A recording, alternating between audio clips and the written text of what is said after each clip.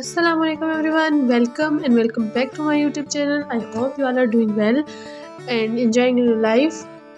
तो ये मैंने तो जैकेट पहनी हुई है क्योंकि सर्दियाँ आ चुकी हैं और इन सर्दियों के साथ साथ हमारा जो एग्ज़ाम है वो भी करीब आ चुका है, एनुअल 2 बेसिकली जिसकी मैं बात कर रही हूँ। डेट शीट तो आ चुकी है, डेट शीट तो काफ़ी दिन हो गई आ चुकी थी और जो हमारा एग्ज़ाम है वो 12 से शुरू हो जाएगा, 12 नवंबर से शुरू हो जाएगा।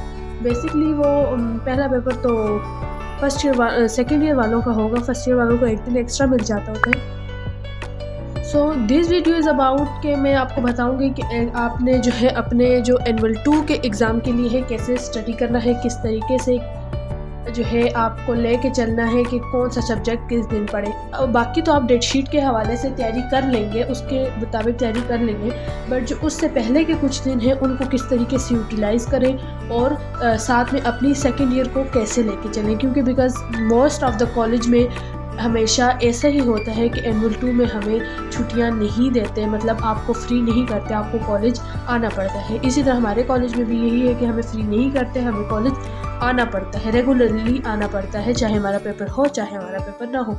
बट एनुअल 1 में तो फ्री कर देते हैं ना, क्योंकि नई क्लासेस में होती। बट इस दफ़ा हमें इसको सेकेंड ईयर को भी लेके चलना है, इसलिए कॉलेज वाले छुट्टी नहीं देते। तो फर्स्ट ऑफ ऑल बिल्कुल नॉर्मल हो जाए, रिलैक्स हो जाए, स्ट्रेस लेने की कोई ज़रूरत नहीं, ये नहीं है। ये भी एक एग्ज़ाम है और हम इंशाल्लाह इसे क्रैक कर देंगे। अगर पिछली दफ़ा नंबर किसी के अच्छे नहीं आए तो उसको चाहिए कि वो इस दफ़ा ज़्यादा अपना जो है इनपुट दे, ताकि उसको ज़्यादा से ज़्यादा मिले, उसका रिज़ल्ट अच्छा है। तो दूसरी चीज़ जो मैं आपको इस एग्ज़ाम के रिलेटेड बताना चाहती हूँ वो ये है कि इम्प्रूवमेंट का ये मतलब नहीं कि आपने जिस तरह पिछली दफ़ा एग्ज़ाम दिया आप इस दफ़ा भी वैसे एग्ज़ाम दें। इम्प्रूवमेंट का मतलब है कि ख़ुद को इम्प्रूव करना, बताना कि हाँ ये गलतियाँ हमने की थी तो इस दफ़ा हम इन गलतियों को नहीं करेंगे, अब इन चीज़ों को, इन नई स्ट्रेटजीज़ को, इन तरीक़ों को अपनाएंगे ताकि हमारा स्कोर खुद ब खुद इम्प्रूव हो। इम्प्रूवमेंट का यह मतलब नहीं है कि आपने पिछली दफ़े पेपर दिए, इस दफ़े भी पेपर दिए, नंबर आ गए तो ठीक, नहीं आए तो तब भी ठीक नहीं। इम्प्रूवमेंट का मतलब हरगिज़ ये नहीं है। इम्प्रूवमेंट क्या है? इम्प्रूव करना ना, तो आपने इम्प्रूव करना है। इम्प्रूव तब ही होगा जब आप नए तरीके को अप्लाई करेंगे। अगरचे आपने पुराने ही तरीके से जो है सब कुछ किया तो फिर आपको पता है रिज़ल्ट किस तरीके से आना है। मतलब पुराना तरीका मैं आपको ये बताऊं कि जो मेरा था, तो मैं बेसिकली अपनी जो केमिकल रिएक्शंस जो होते थे केमिस्ट्री में उनको लास्ट के लिए छोड़ती थी, शुरू में उनको प्रैक्टिस नहीं करती थी। तो उस वक्त क्या होता था, जब शुरू में उन्हें प्रैक्टिस नहीं करती थी तो आखिर तक जाते जाते मैं बहुत ज़्यादा थक जाती थी पढ़ के। तो उसके बाद क्या होता था कि जब मैं इसको प्रैक्टिस करती तो इतने अच्छे से मेरे दिमाग में नहीं बैठता था। और पेपर के दौरान क्या होता था, पेपर के दौरान जो है मुझसे ये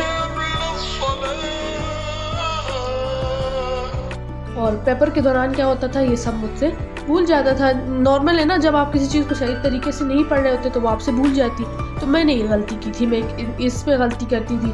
दूसरा, मैं न्यूमेरिकल को कम से कम प्रैक्टिस मैंने की, ज़्यादा नहीं किया। न्यूमेरिकल को ज़्यादा से ज़्यादा प्रैक्टिस करना है, ठीक है। दूसरा ये कि मैं जो करती थी ना, इक्वेशंस कर लेती थी, 2 बार सॉल्व की, 3 दफ़ा सॉल्व की, बस मुझे आ गई। नहीं, जब तक आप इक्वेशन को इस तरीके से सॉल्व नहीं कर सकते ना कि आप ज़ुबानी उसको लिख लें, बग़ैर किताब को देखे, बग़ैर किसी भी नाम लिख के, मतलब आपको कोई कहे ये वाला टॉपिक है, इसका मुझे बताओ इसकी डेरिवेशन क्या होगी, आप डेरिवेशन पूरी करने के बजाय आपको याद होना चाहिए कि इसका आंसर ये आना चाहिए, मतलब तब आपकी डेरिवेशन सही होगी, तब आपको अच्छे से डेरिवेशन आएगी। तो मैंने ये गलती की थी, मैं 2-3 दफ़ा प्रैक्टिस करती थी तो उसके बाद जो है वही हो जाता। तभी मैं कह रही हूँ कि आपने अपनी पुरानी जो गलतियाँ हैं उनको दोहराना नहीं है, उनको जो है इस दफ़ा ख़त्म करना है। आपने नए जो है तरीक़ों को अप्लाई करना है। नए तरीके से ये मतलब नहीं है कि इसको देखा ये कर रहा है तो ये भी कर लो, उसको देखा वो कर रहा है वो भी कर लो।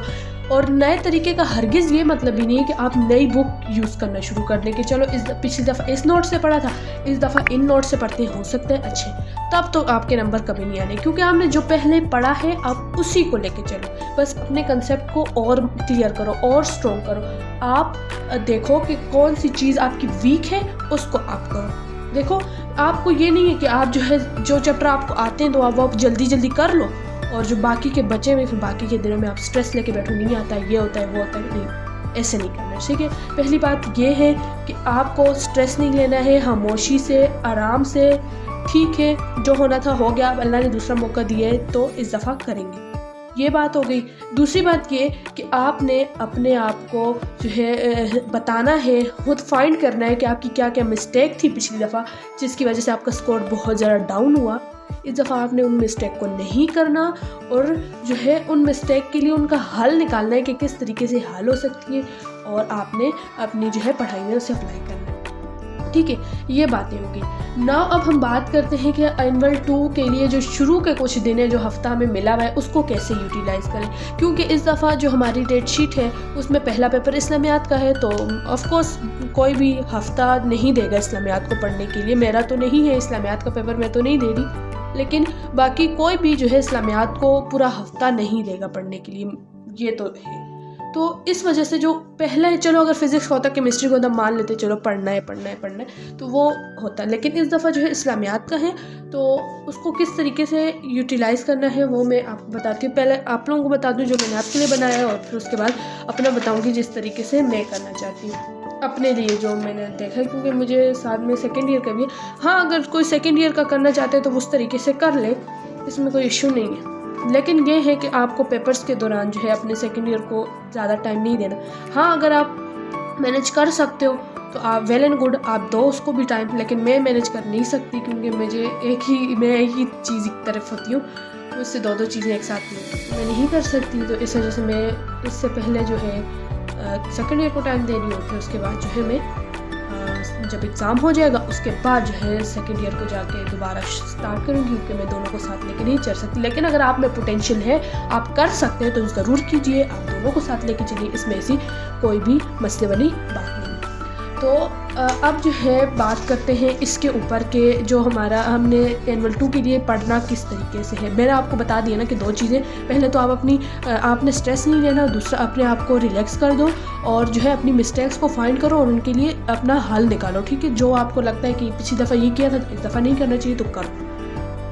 अब उसके लिए शुरू में पढ़ना कैसे, अब ये नहीं है कि आप लोग सोच लो कि हाँ भाई 6 दिन है, एक दिन इस्लामियात की प्रिपरेशन को दे देंगे, 6 दिन है तो बाकी के 6 दिन 2 दिनों में फिज़िक्स की पूरी किताब कर दूँ, 2 दिनों में केमिस्ट्री की पूरी किताब कर दूँ, 2 दिनों में बायो की पूरी किताब कर दूँ। तो तुम अगर 2 दिनों के चक्कर पूरी किताब के चक्कर में रहोगे ना, तो तुम्हारा एक टॉपिक भी सही से क्लियर नहीं होने वाला। 2 दिन क्या है यार, 2 दिन में नहीं होने वाला, ठीक है। मैं तुम लोगों को यहाँ डीमोटिवेट नहीं कर रही, जिसका पोटेंशियल होता है वो कर भी लेता है, बट मैं तुम्हें बता रही हूँ कि जब तुम्हारे वीक एरियाज हैं तुम उनको करो पहले, क्योंकि एग्ज़ाम में ऐसा तो नहीं है कि ना एक दिन फिज़िक्स का दोगे, अगले दिन तुम केमिस्ट्री का दोगे, दिन तो दिए हुए ना फिर भी।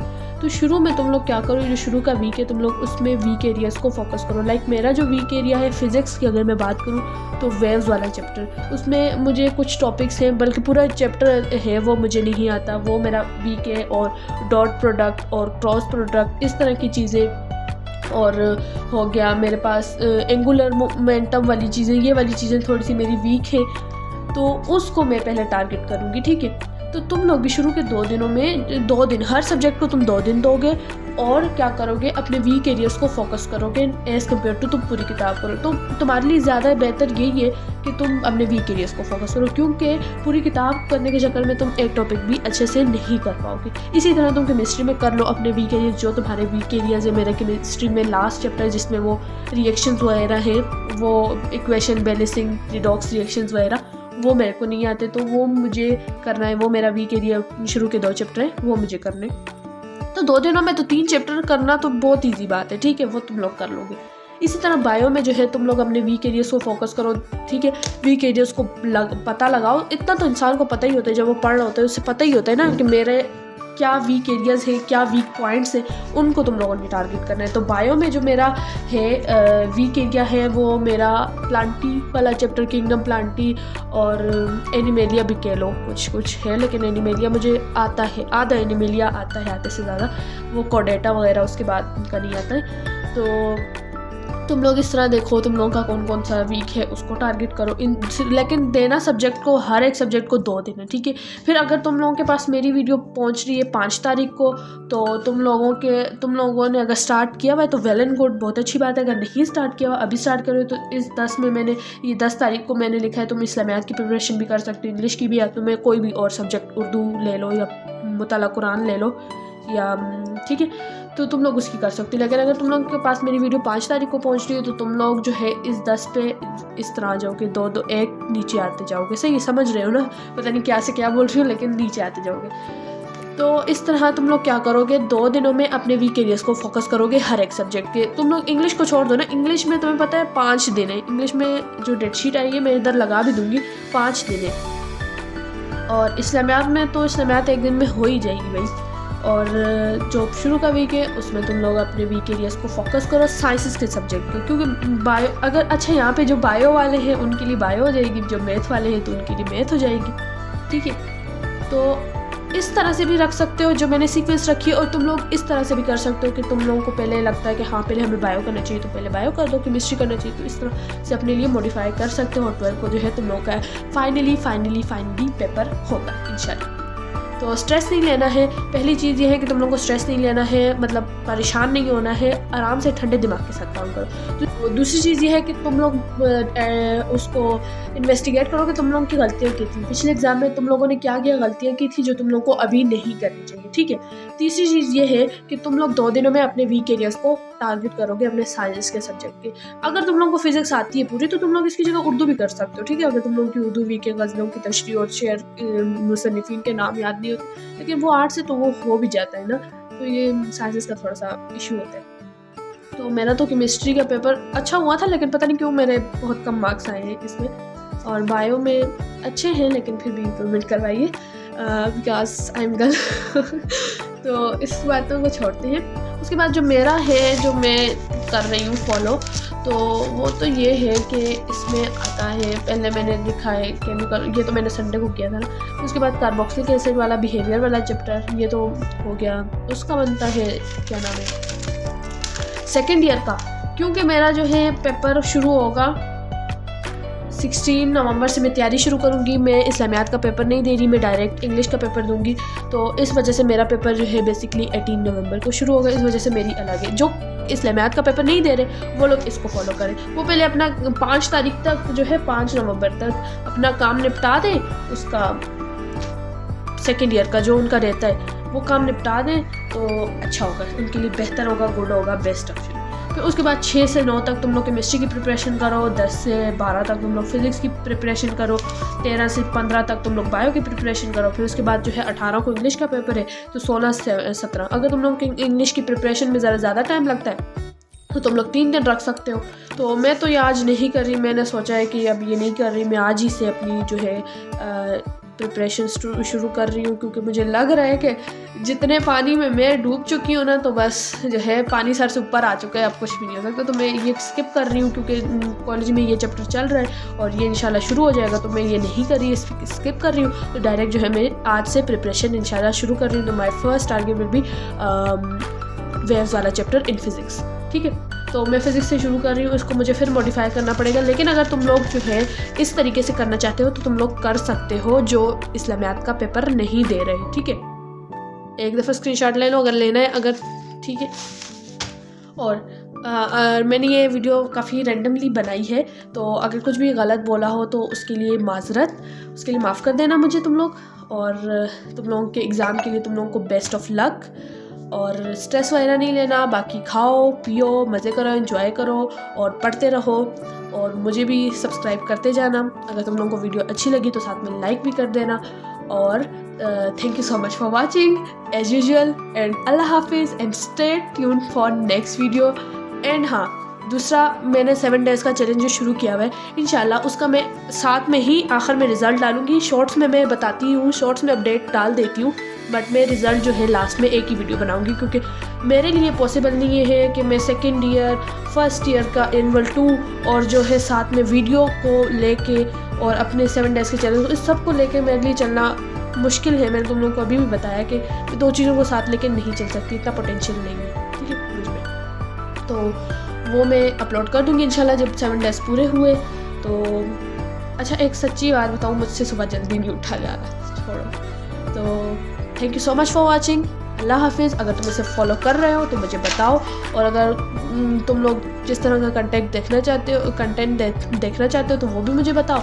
और thank you so much for watching. ये लफ्ज़ मैंने बहुत बार इस्तेमाल कर दिया, तो अभी बाय बाय, अल्लाह हाफिज़, क्योंकि तीसरी दफ़ा हो जाएगी एंडिंग वीडियो की। तो बाय।